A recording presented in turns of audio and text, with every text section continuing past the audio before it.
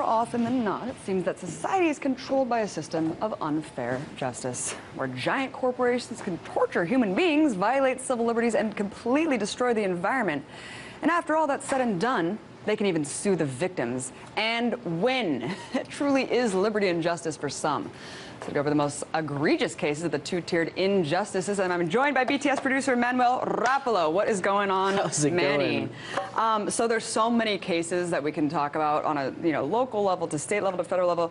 Let's start with the Chevron suing the victims of the oil spill after decades of contamination. Yeah, it's almost a disservice to not to condense this into such a small list, but some of these are my favorites. They're just so ridiculous. I can't help but bring them up. And we have covered this a little bit. You're looking at the headline right now. Chevron, which was formerly Texaco, is responsible for one of the worst environmental disasters in the history of the world.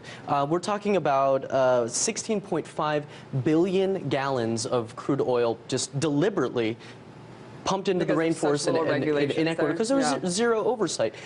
This was, between 1964 and 1990. Fast forward to 2011, after decades and decades of legal battles, Chevron, which took over Texaco, was finally ordered to pay for the costs of part of the cost of the cleanup and also for the damages incurred by the indigenous populations there. And this is. There's really no value that you can put on this. And it was a historic win, right? Yeah, it was crazy. $18 billion overall. I think after everything was said and done, it was $19 billion that they were ordered to pay. But at the end of the day, they didn't pay a thing because they didn't recognize the court's ruling. Chevron brought the suit back here to the United States.